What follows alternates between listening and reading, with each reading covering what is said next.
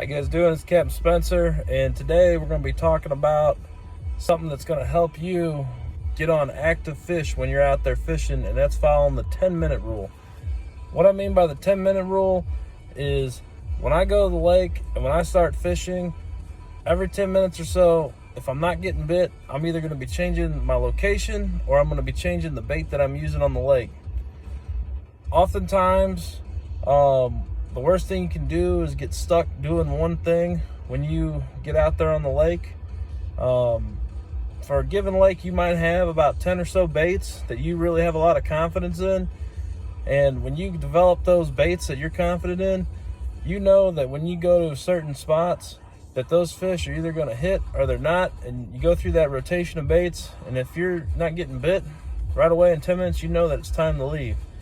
A lot of things have changed with the development of electronics these days, to where you can look at a lot more fish that you're fishing for.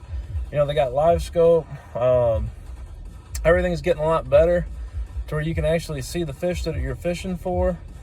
But in my experience, a lot of times what happens is if you're not getting bit the moment that you come to that spot, you're just wasting time.